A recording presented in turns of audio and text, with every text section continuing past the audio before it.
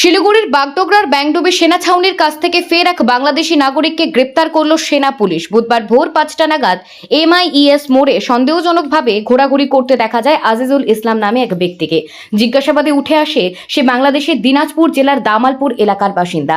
এই মাসের শুরুতেই একই জায়গা থেকে ধরা পড়েছিল আরও এক বাংলাদেশি। তার ১৯ দিনের মাথায় ফের বাংলাদেশি নাগরিক ধরা পড়ায় নিরাপত্তা ব্যবস্থাকে ঘিরে উঠছে নানান প্রশ্ন।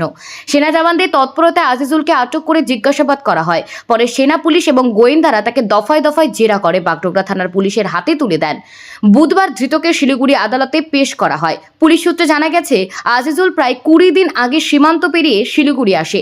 গত ২৫শে মে শুকনার শালবাড়ি এলাকায় খোলা জায়গায় রাত কাটানোর পর ২৬শে মে সে চলে আসে ব্যাংডুবি সেনা ছাউনি সংলগ্ন জঙ্গলে।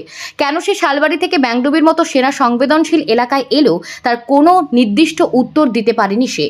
ধৃতের বক্তব্য, একাধিক অসঙ্গতির ইঙ্গিত মিলেছে বলে জানিয়েছেন পুলিশ। আজ তাকে রিমান্ডে নিয়ে গোটা ঘটনার গভীর তদন্তে নামে পুলিশ। পরপর এই ধরনের অনুপ্রবেশ সেনা নিরাপত্তা ও গোয়েন্দা তৎপরতা নিয়ে নতুন করে উদ্বেগ তৈরি করেছে।